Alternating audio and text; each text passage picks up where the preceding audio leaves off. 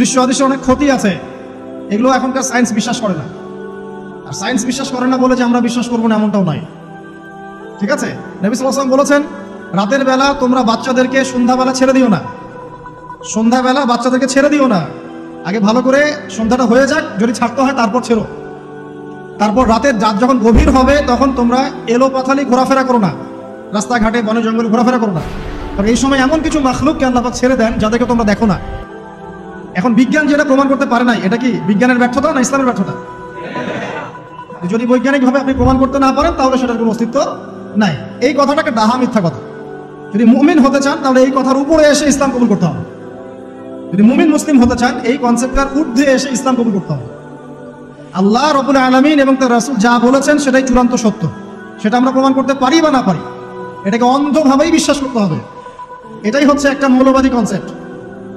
আর এভাবে ইসলামের মৌলিক বিষয়গুলোকে না মানলে কেউ মুসলিমই হবে না। কথা কি বুঝতে পারছেন? আচ্ছা, তিনি বলছেন রাতের বেলায় এমন কিছু মাখলুক বের হয় যাদেরকে তোমরা দেখো না। দুষ্ট জিন বের হয়। কি বের হয়? জিন জাতি নাই পৃথিবীতে? আল্লাহ পাক সূরা জিন নামে একটা গোটা সূরা নাযিল করেছেন, পড়েন নাই? হাফেজ আছে না এখানে মানুষ? কুল উহিয়া ইলাইয়া আন্নাহু ইসতামা নাফারুম মিনাল জিন্নি ফাকালু ইন্না সামি'না কুরআনান আজাবা। জিনদের একটা দল কোরআন শুনে বলেছিল যে আমরা অদ্ভুত আজব একটা কোরআন শুনেছি। তারপর তারা গিয়ে তাদের কওমের কাছে ইসলামের দাওয়াত দেয়, ওই কওম ইসলাম কবুল করে।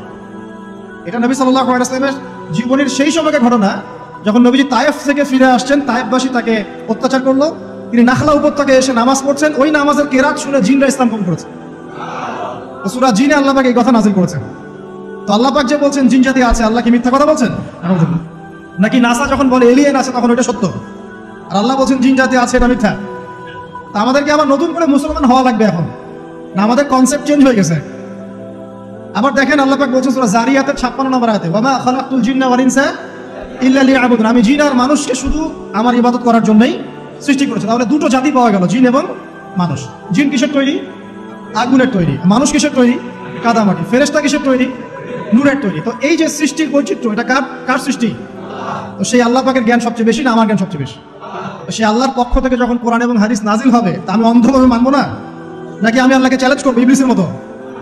ইবলিস আল্লাহকে চ্যালেঞ্জ করছে না, খালাকতানি মিন নার ওয়া খালাকতাহু মিন তিন। আমি কেন আদমকে সিজদা করতে যাব? আমি কেন আদমকে সিজদা করতে যাব?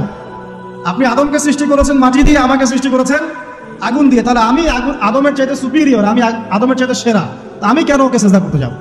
ইবলিস আল্লাহকে চ্যালেঞ্জ করলো না? এখন আমরা যারা আল্লাহকে চ্যালেঞ্জ করছি, এখন এই বিশ্বে যারা আল্লাহকে চ্যালেঞ্জ করছে, কোরআনকে চ্যালেঞ্জ করছে, হাদিসকে চ্যালেঞ্জ করছে, এরা কি আল্লাহর অনুগত বান্দা না ইবলিসের এজেন্ট? এরা এই চ্যালেঞ্জিং ফিলোসফিটা পেল কোথা থেকে? ওই ইবলিস থেকে। ইবলিস থেকে এই ফিলোসফি এসেছে। আর ইবলিস তো এখনো মরে যায় নাই, মরে গেছে, বরং সে এখন প্রবীণ, বয়স্ক হয়ে গেছে, তার অভিজ্ঞতা এখন অনেক বেশি। তার অভিজ্ঞতা কি বেশি? দেখবেন ইবলিস সবার আগে আদম সন্তানের গা থেকে কাপড় খুলে ফেলেছিল, জানেন? আপনাকে দেখাচ্ছি, সূরা আরাফ পড়েন। সূরা আরাফের মধ্যে আল্লাহ পাক বলছেন, ইয়া বানি আদম, হে আদম সন্তান, লা ইয়াফতিনান্নাকুমুশ শাইতান, হে আদমের সন্তানরা তোমরা শুনে রাখো, শয়তান ইবলিস যেন তোমাদেরকে ফিতনায় ফেলতে না পারে। কে বলছেন? আল্লাহ। কিরকম ফিতনা? ইয়ানজিউ আনহুমা লিবাসাহুমা, যে ইবলিস তোমাদের বাবা মায়ের গা থেকে কাপড় খুলে ফেলেছিল। ইয়া বানি আদম লা ইয়াফতিনান্নাকুমুশ শাইতান কামা আখরাজা আবাওয়াইকুম মিনাল জান্নাহ ইয়ানজিউ আনহুমা লিবাসাহুমা। আল্লাহ পাক বলছেন, হে আদমের সন্তানরা তোমরা সতর্ক থেকো, ইবলিস যেন তোমাদেরকে ফিতনায় ফেলতে না পারে, যেমন করে সে তোমাদের বাবা এবং মাকে জান্নাত থেকে বের করে দিয়েছিল এবং তাদের গায়ের কাপড় খুলে ফেলেছে। কখন কাপড় খুলে গেছে জানেন? যখন ওই যে গাছের কাছে তারা চলে গেলেন, ওই যে এই গাছের কাছে যেও না, ওয়ালা তাকরাবা হাদিহিশ শাজারা, তোমরা এই গাছের কাছে যেও না। যখনই তারা গাছের কাছে গেলেন, ফল খেলেন, সাথে সাথে গায়ের কাপড় খুলে পড়ে গেছে। এর আগ পর্যন্ত দুজন জানতেন না কার লজ্জাস্থান কেমন। এই ঘটনার পর একে অপরের লজ্জাস্থান উন্মুক্ত হয়ে যায়। তারপর তারা জান্নাতের পাতাগুলো ছিঁড়ে ছিঁড়ে লজ্জাস্থান ঢাকতে লাগলেন। তাহলে ইবলিস আমাদের পিতামাতাকে প্রতারিত করে ধোকায় ফেলে গা থেকে কাপড় খুলে ফেলেছে না? কথা কি বুঝতে পারছেন? এটাই আল্লাহ পাক বলছেন, তোমাদের কাপড় যেন তারা খুলতে না পারে, তোমাদেরকে যেন হে আদম সন্তান ইবলিস ফিতনায় ফেলতে না পারে। তাহলে এখন আপনি বলেন, এই 20 শতাব্দীতে এসে, 21 শতাব্দীতে এসে যারা মুসলিমদের গা থেকে কাপড় খুলে ফেলতে চায়, এরা কার এজেন্ট? এরা কার এজেন্ডা বাস্তবায়ন করছে? প্রমাণ হিসেবে কি আমি নিজের মন করা কথা বললাম, না কোরআন থেকে দলিল দিলাম? কোন সূরা? সূরা আরাফ এর প্রথম 3টা পৃষ্ঠা পড়েন, ডিটেইলস লেখা আছে। আর আল্লাহ পাক বলেছেন ওয়ালাকাদ ইয়াসসারনাল কুরআনা লিযিকরি ফাহাল মিন মুদ্দাকির, কোরআনকে আমি বোঝার জন্য একদম সহজ করেছি, যে কেউ কোরআন বুঝতে পারবে ইনশাআল্লাহ। খালি পড়ে দেখো, ফাহাল মিন মুদ্দাকির, কেউ কি আছো কোরআন উপলব্ধি করবে? তো কোরআন বুঝতে হবে স্বচ্ছ মন নিয়ে। বিরোধিতা করার মন নিয়ে যদি কোরআন বুঝতে চান তাহলে আপনি বিভ্রান্ত হয়ে যাবেন। স্বচ্ছ মন নিয়ে, একটা কলবুন সালিম নিয়ে, আত্মসমর্পণের নিয়াতে আপনাকে কোরআন বুঝতে হবে। দেখবেন আল্লাহ আপনাকে হেদায়েত দিবেন ইনশাআল্লাহ। আল্লাহ পাক আমরা সবাইকে কোরআন বোঝার তৌফিক দান করুন। তো যেটা বলছিলাম প্রিয় ভাইরা, রাতের বেলা এইসব প্রাণী বের হয়, নবী সাল্লাল্লাহু আলাইহি ওয়াসাল্লাম বলেছেন, অতএব আপনাদের বাচ্চা যারা আছে এদেরকে সন্ধ্যাবেলায় বাইরে ছেড়ে দিবেন না। এখন কিন্তু প্রচুর ঘটনা ঘটছে, প্রচুর জিনঘটিত ঘটনা ঘটছে, রুকিয়া করাতে হচ্ছে, জাদুটোনা করা হচ্ছে, বানটোনা করা হচ্ছে না? আর অনেক সময় আমরা মনে করি, এখন সায়েন্সের যুগ তো, মানুষ মনে করে এগুলোর কোনো ভিত্তি নাই মনে হয়। কোরআন বলছে জাদু সত্য। কে বলছে? কোরআন বলছে জাদু সত্য। কোন সূরা? সূরা বাকারা আয়াত নম্বর 101।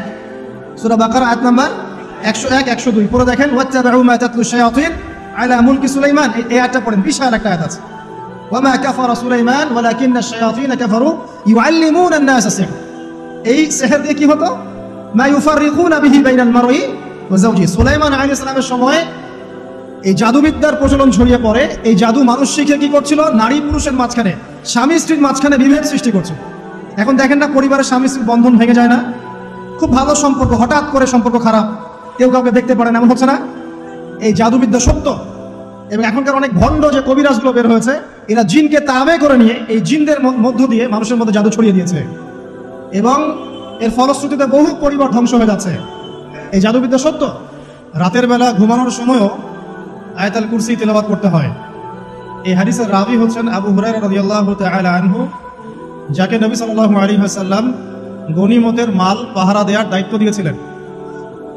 প্রথম রাতে আবু হুরায়রা রাদিয়াল্লাহু আনহু লক্ষ্য করলেন যে মাল চুরি করার জন্য একজন এসেছে। তিনি চোরকে ধরলেন। চোর খুব অনুনয় বিনয় করলো যে আমার অবস্থা খুব খারাপ, খুব দরিদ্র, আমাকে ছেড়ে দাও। আবু হুরায়রা রাদিয়াল্লাহু আনহু তাকে ছেড়ে দিলেন। পরের রাতে সেই চোর আরও একবার আসলো, তিনি আবার তাকে ধরলেন, আবারও ছেড়ে দিলেন। তৃতীয় রাতে তিনি তাকে ধরলেন এবং বললেন, এবার তোমাকে আমি ছাড়বো না। তখন সেই ব্যক্তি, বিখ্যাত সাহাবী আবু হুরায়রা রাদিয়াল্লাহু আনহুকে বলছেন যে আমি তোমাকে বিশেষ একটা আমল শিখিয়ে দিব, যে আমলটা করলে পরে রাতের বেলা শয়তান তোমার নিকটবর্তী হবে না। তো আবু হুরায়রা রাদিয়াল্লাহু আনহু বলছেন, কি সেই আমল? শিখিয়ে দাও, যদি শিখিয়ে দাও তাহলে ছেড়ে দেব তোমাকে। তখন সেই ব্যক্তি বলছে যে রাতের বেলা কেউ যদি আয়াতুল কুরসি তেলাওয়াত করে ঘুমানোর সময়, সেই ব্যক্তির ধার কাছেও শয়তান আসবে না ইনশাআল্লাহ, এবং আল্লাহ পাকের পক্ষ থেকে একজন ফেরেশতা তাকে পাহারা দিবে ইনশাআল্লাহ। তো রাসূলুল্লাহ সাল্লাল্লাহু আলাইহি ওয়াসাল্লাম পরের দিন ফজরের নামাজে আবু হুরায়রা রাদিয়াল্লাহু আনহুকে দেখে মুচকি মুচকি হাসছেন যে তোমার রাতের সাথীর কি খবর? কারণ ওহীর মাধ্যমে নবী সাল্লাল্লাহু আলাইহি ওয়াসাল্লাম আগেই জেনেছেন কি হয়েছে গত রাতে। এটাই আল্লাহ পাকের ওহী, যেটা কোনো বিজ্ঞান যুক্তি দর্শনের ব্যাখ্যায় আসবে না। আসবে না। তো আবু হুরায়রা রাদিয়াল্লাহু আনহু বলছেন যে আমি তো ইয়া রাসূলুল্লাহ তাকে ছেড়ে দিয়েছিলাম, পরে আবার এসেছে, আবার ধরেছি, আবার ছেড়ে দিয়েছি, আবার এসেছে।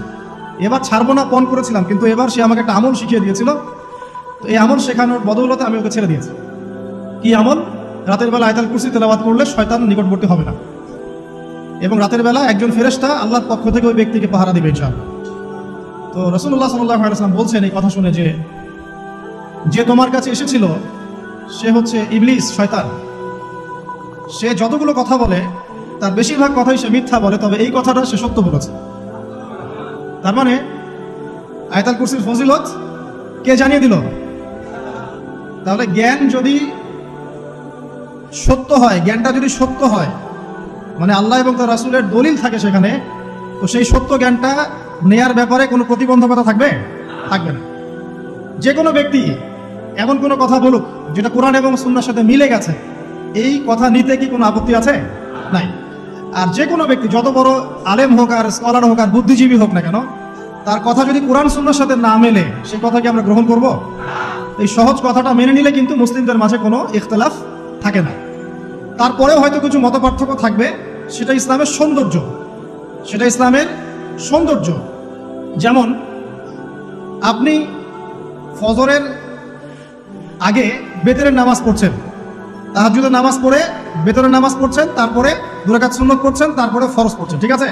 এই আমলটা নবী সাল্লাল্লাহু আলাইহি ওয়াসাল্লাম কর্তৃক স্বীকৃত। এবং সুন্নাহ।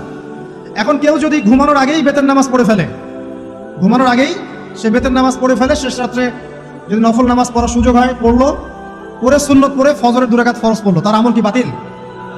তো বেতনের নামাজ ঘুমানোর আগে পড়লেও চলে, শেষ রাত্রে পড়লেও চলে। ইসলামের এটা সৌন্দর্য না? সৌন্দর্য। মনে করেন যে আপনি জোহরের আগে, ফরজ নামাজের আগে 4 রাকাত সুন্নত পড়লেন, পড়েন না? আচ্ছা, এটা হাদিস থেকে প্রমাণিত তো? আচ্ছা, কেউ যদি 2 রাকাত সুন্নত পড়ে হবে না? হবে না? এটার হাদিস নাই? আচ্ছা, তাহলে এটা সৌন্দর্য না? এটা সৌন্দর্য। কখন এটা আমল করলেন, কখন ওইটা আমল করলেন। আচ্ছা, এরকম বলতে গেলে রাত শেষ হয়ে যাবে আসলে। মানে অসংখ্য আমল আছে যেগুলো ইসলামের সৌন্দর্য। রাসূলুল্লাহ সাল্লাল্লাহু আলাইহি ওয়াসাল্লাম সাহাবা কেরামের যুগে এভাবেই সাহাবীরা আমল করেছে। আর এখন কি হয়েছে, আমরা যে হাতির 7 কানার হাতি দেখার গল্প আছে না, কেউ বলেছে হাতি হচ্ছে খাম্বার মতো, কেউ বলেছে কুলার মতো, কেউ বলেছে হাতি হচ্ছে কি বলেন, এই যে কি সুচালু কিশোর মতো। আসলে পুরো হাতি সম্পর্কে এদের কারোই ধারণা ছিল না। আমাদের সমস্যা হচ্ছে আমরা ইসলামের অংশ বিশেষকে ফলো করি, এর বাইরে কিছু পেলে আমরা মনে করি সেটা আর ইসলামে নাই। তাই হয় না? আমি যতটুকু জানি বুঝি এতটুকু আমল করি, এর বাইরে যদি কোনো দলিল থাকেও সেটা মানার ব্যাপারে আমাদের আগ্রহ থাকে না। তখনই কিন্তু ইসলামকে নিয়ে আমরা এই যে দলীয়করণে চলে যাই। আর আস্তে আস্তে মুসলিম উম্মার ঐক্যটা নষ্ট হয়। ঐক্য নষ্ট হতে হতে আজকে কি অবস্থাটা দেখতেই পাচ্ছেন। তো আগে ওই জায়গাটা শেষ করি। নবী করিম সাল্লাল্লাহু আলাইহি ওয়াসাল্লাম রাতের বেলায় আমলটা করতেন। কি করতেন? আয়াতুল কুরসি তেলাওয়াত করতেন। আরেকটা গুরুত্বপূর্ণ আমল, সেটা হচ্ছে সূরা বাকারার শেষের 3টা আয়াত তেলাওয়াত করতেন। কটা আয়াত? কোন হাদিসে আছে 2টা আয়াত। এই যে 3টা আয়াত কোন হাদিসে, আবার কোন হাদিসে 2টা আয়াত। কেউ যদি 2টা পড়ে তার আমল কি বাতিল হবে? আর যদি কেউ 3টা পড়ে আরো ভালো, উত্তম। ঠিক আছে, তো শেষের 3টা আয়াত হচ্ছে লিল্লাহি মা ফিস সামাওয়াতি, এখান থেকে নিয়ে ফানসুরনা আলাল কওমিল কাফিরিন পর্যন্ত। নবী সাল্লাল্লাহু আলাইহি ওয়াসাল্লাম বলেছেন রাতের বেলা কেউ যদি এই আমলটুকু পড়ে, শুধু এতটুকুই পড়ে, সূরা বাকারার শেষের 3টা আয়াত বা 2টো আয়াত, সারা রাতের জন্য যথেষ্ট হয়ে যাবে ইনশাআল্লাহ। মানে সারা রাত নফল পড়লে যে নেকি হইতো, আপনার এই আমলটা করলে সে নেকি হয়ে যাবে ইনশাআল্লাহ। এবং আরেকটা ব্যাখ্যা হচ্ছে সারা রাতের দৃশ্য অদৃশ্যের যে ক্ষতি আছে